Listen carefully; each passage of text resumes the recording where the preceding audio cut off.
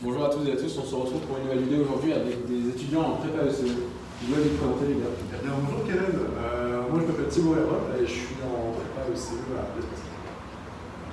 J'étais au lycée Saint-Élieur juste avant. Moi c'est Robert Dupuis, pareil, prépa ECE à Blaise Pascal et j'étais au lycée polyvalent de Chamalières, à Chamalières.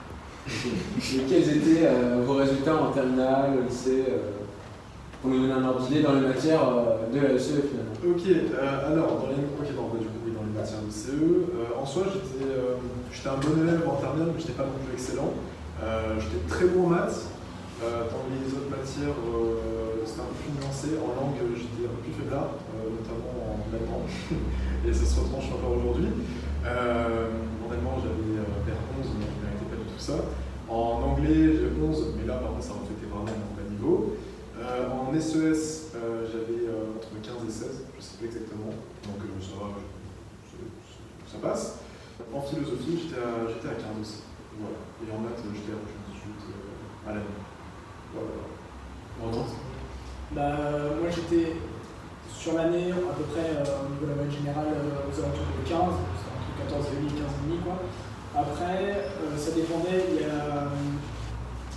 j'étais par exemple assez bon en SES, pareil, le deuxième trimestre de terminale j'étais à 18 de moyenne, donc ça fait assez. Et les maths par contre c'était un autre délire, voilà, j'étais plus sur la SES et l'histoire, les maths j'étais plus vers 13,5.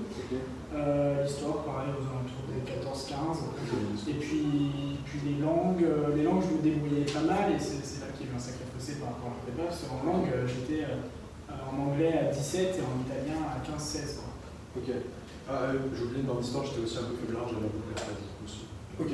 Et est-ce que vous avez encore le temps de sortir en prépa? Je veux dire, est-ce que vous avez un permis social? Vous travaillez combien d'heures par soir à peu près?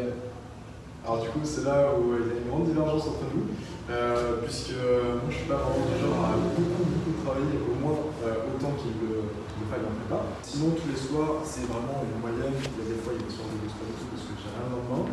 Ouais, c'est très mauvais de faire ça, je vous le déconseille énormément, mais en général c'est entre 1h30 et 2 heures par soir. Donc moi niveau vie sociale je m'en sors beaucoup, mais je sais que ça va pas durer, qu'en deuxième année il va falloir que je pallie ça.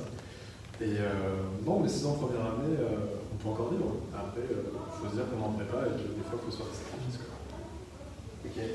Écoute, oui j'ai toujours une vie sociale, j'arrive à voir mes anciens potes du lycée, tout ça. Après au niveau des horaires, le soir, après manger, je travaille on va dire de 20h30 à 22h30, donc 2 heures après manger, et en soi, avant de manger, dès qu'on a fini les cours jusqu'à manger, quoi. Donc ça varie entre 1 et peut-être 3 heures, donc entre 3 et 5 heures par soir. Ok. Et est-ce que selon vous la prépa est accessible à tous, si comme vous dites qu'il y a des divergences sur les profils? Oui, il y a une grande divergence. En soi, au sein de la prépa, c'est à peu près homogène. Il y a tout le monde qui bosse plutôt bien. Il y a des mecs qui bossent pas forcément assez, mais ça représente une minorité. Mais en soi, pour des élèves de terminale qui se demandent s'ils peuvent aller en prépa, il faut se dire, est-ce que vous êtes assez motivé? Qu'est-ce que vous voulez faire plus tard? Si vous avez une idée d'à peu près où est-ce que vous voulez aller. Après, l'avantage avec la prépa, c'est que vous fermez pas beaucoup de portes. Ça, c'est génial. Et donc ça peut être une motivation aussi de ne pas se fermer les portes.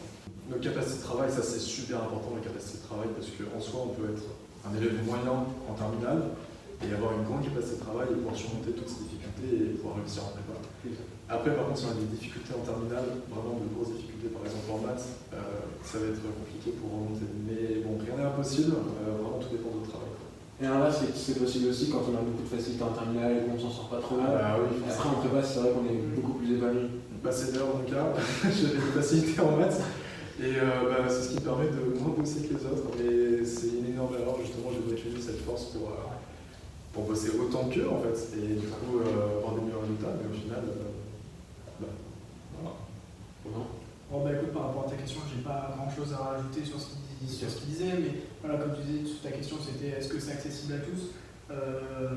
Après voilà, je pense que non, en effet c'est pas accessible à tous parce que je pense rien que par rapport au niveau du sommeil, il y a des gens ils ont besoin de au moins genre minimum 10 heures de sommeil quoi, et en prépa, couches pas au moins à 22h, c'est un peu compliqué. Donc voilà, rien que c'est un exemple. Hein, oui, ça dépend de chacun. Voilà, c'est ça. Mais voilà, par exemple, pour ce type de personnes, c'est plus compliqué tout de suite. Quoi. Okay. Donc, et pourquoi vous avez choisi la prépa et pas une... Pourquoi la prépa, en fait, pas une prépa intégrée ou été à l'université finalement? Tu veux commencer? Ouais, commence. Bah écoute, moi j'ai appris par rapport à la prépa et tout en première. J'ai commencé à m'informer en première, j'étais déjà venu ici à Blaise Pascal pour le DSH, tout ça. Bah dès le début, c'était une source de motivation quand j'ai vu ce que ça donnait. Déjà au début, je pensais par rapport à ce que ça offrait après, donc en l'occurrence pour nous les écoles de commerce, c'était on va dire le secteur dans lequel je me sentais le plus à l'aise, on va dire. Et donc après, bah voilà, c'est les professeurs qui m'ont vendu un peu ça, ils m'ont tout dit, mes professeurs qui m'ont poussé. Qui avaient le profil pour aller en prépa. Tu vas développer des capacités de travail, ça veut dire. Tu n'as jamais demandé à des professeurs? Ouais, j'ai vraiment demandé conseil. C'est ça, pour être sûr que c'était ce qui te correspondait le plus. Thibaut? Du coup, c'était à peu près similaire à Robin. J'ai commencé à me dire que je vais en prépa à partir de la première. Et au début, c'était un peu un terrain inconnu. Je ne savais pas vraiment ce que c'était. Je savais juste que c'était dur et que ça ne me fermait pas des portes. Donc, je fais go, quoi, parce que je ne savais pas ce que je voulais faire. Je savais à peu près le milieu, que je voulais être, je sais pas, dans le management, dans le commerce, ou comme ça, tout ce qui permet, toutes les débouchés des écoles finalement. Je savais que j'allais dans ce milieu-là, mais je ne savais pas exactement. Et c'est pour ça que je me suis dit, le prépa c'est génial. Et je ne voulais pas me spécialiser, j'aurais pu faire un DUT, mais je me suis dit qui peut le plus peut le moins. Donc j'ai foncé vers la prépa et du coup. Ok. Et quels sont selon vous les changements majeurs entre la terminale ES et la prépa ECE, selon vous? Est-ce qu'il y a un fossé et où est-ce qu'il est? Ouais, il y a un fossé. La quantité de travail. Okay. En vrai, la quantité de travail, quoi. Mais en vrai, je vais te dire, c'était il y a tellement longtemps maintenant, je sais que je m'en remets plus compte. On a fait tellement maintenant, on est quand même plus de la moitié de l'année. Maintenant qu'on a pris l'habitude, je fais même plus attention en fait à ce fossé. Pour moi, pour revenir par rapport à la quantité de travail, au début ça faisait bizarre, maintenant c'est devenu en soi une habitude. C'est la norme. C'est vraiment une habitude, on s'en rend plus compte. Et donc le fossé, au final, pour l'instant je ne le vois même plus, mais au début, oui, vraiment au niveau de la quantité de travail. Par exemple, en SES, c'est qu'à chaque fois qu'on a un petit auteur pour illustrer un concept, ou une théorie, ou n'importe quoi, déjà, c'est en mode relou, parce qu'à la fin du chapitre, on aura des auteurs à ressortir. Alors, peut-être que pour certains, ça pose aucun problème, mais tant mieux, parce que ça veut dire que vous avez une bonne mémoire. Et c'est plutôt bien pour la prépa, parce qu'en ESH, si vous n'avez pas une bonne mémoire, vous ne savez pas vraiment votre type de mémoire, votre façon d'apprentissage, il va falloir remédier à ça. Au moins, savoir comment il faut apprendre pour optimiser votre apprentissage. Moi, par exemple, j'ai la pire, c'est une mémoire corporelle. Je suis obligé de marcher pour apprendre, c'est le pire truc. Il y en a qui ont la chance d'avoir des mémoires visuelles ou auditives. Ça, c'est vraiment une chance. Et sinon, pour revenir en fossé, oui, il y a un énorme fossé, ne serait-ce qu'en histoire, en vrai, pas tant que ça, parce que c'était déjà dans le centre, il me semble. Il y avait pas mal d'histoire. Ça dépend des lycées. En histoire, il y a plus d'histoire en terminale qu'en prépa, je trouve. Après, en prépa, l'histoire, c'est plus du contexte. Pardon. Économiquement, c'est plus complexe. Donc là, c'est plus trop du par cœur. C'est vraiment de la logique et en même temps de la mémoire. Okay. Est-ce que vous aviez des idées reçues sur la prépa quand vous étiez en terminale ou en première? Des gens qui étaient en prépa ou peut-être des échos extérieurs qui vous disaient ça va être infernal, 2 ans tu vas pas dormir. Quelles étaient les idées reçues selon vous? J'ai toujours entendu parler de ces idées reçues. Tu seras en prépa, tu auras un vie sociale, machin. Toujours travailler classique. Après, je faisais un petit peu abstraction quand même de ces idées reçues parce que justement, en venant plusieurs fois voir ce que c'était que la prépa avec les portes ouvertes, il y avait les élèves qui étaient présents et qui me disaient non, tout ça c'est pas vrai. Donc même déjà au lycée, en fait, je savais que non, quoi. Ces idées reçues, voilà, il y en a, mais faut faire. Tu as très vite déconstruit le mythe de la prépa. Ouais, c'est ça. Bah oui, Pareil. ouais, à peu près pareil. T'étais pas terrifié à l'idée d'aller en prépa, je veux dire. En vrai, Limite, si, forcément, j'avais un petit boulot, oui, c'est j'étais en mode, ok. bon, je vais essayer de soulever la prépa, mais bon, au final, le travail s'est retourné contre moi. J'ai eu des témoignages qui, bon, c'était des anciens témoignages, c'était des personnes qui étaient en prépa HEC comme nous, et à chaque fois qu'une personne était absente, ils lui refilaient un faux cours pour que le jour du DS ou le jour du cours, il se plante. C'est pas du tout ça. Faut pas dire c'est un monde superficiel, on va essayer de te tirer vers le bas. Au contraire, c'est plutôt bienveillant, il y a une bonne cohésion. Non, il y a tous les préjugés de prépa qu'on avait avant, bon, mis à part la quantité de travail.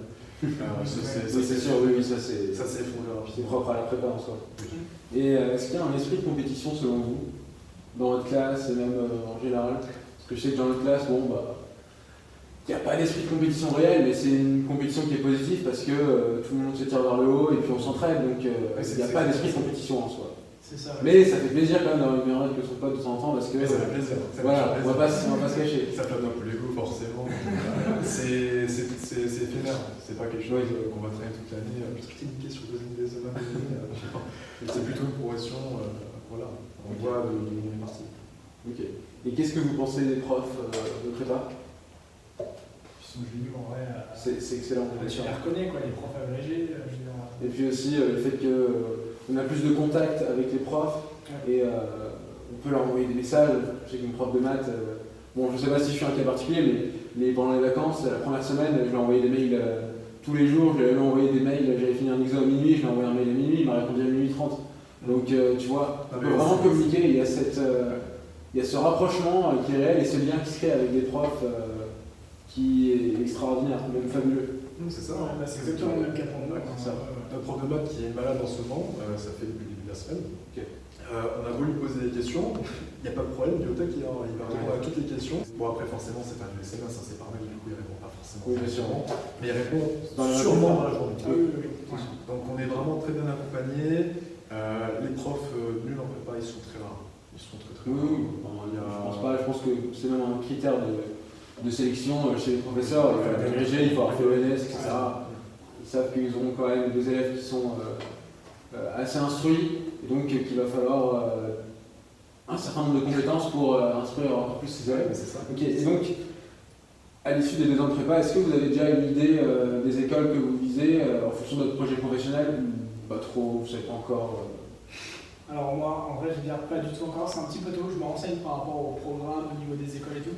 Après, pour l'instant, je vise pas forcément une école en particulier parce que je me dis on est encore que, entre guillemets, à la moitié de la première année et donc on n'a pas assez de recul en fait pour savoir genre, ce que veulent nos résultats. Et donc on ne peut pas savoir, je peux très bien en fait dire je prétends viser HEC alors qu'en fait je vais avoir...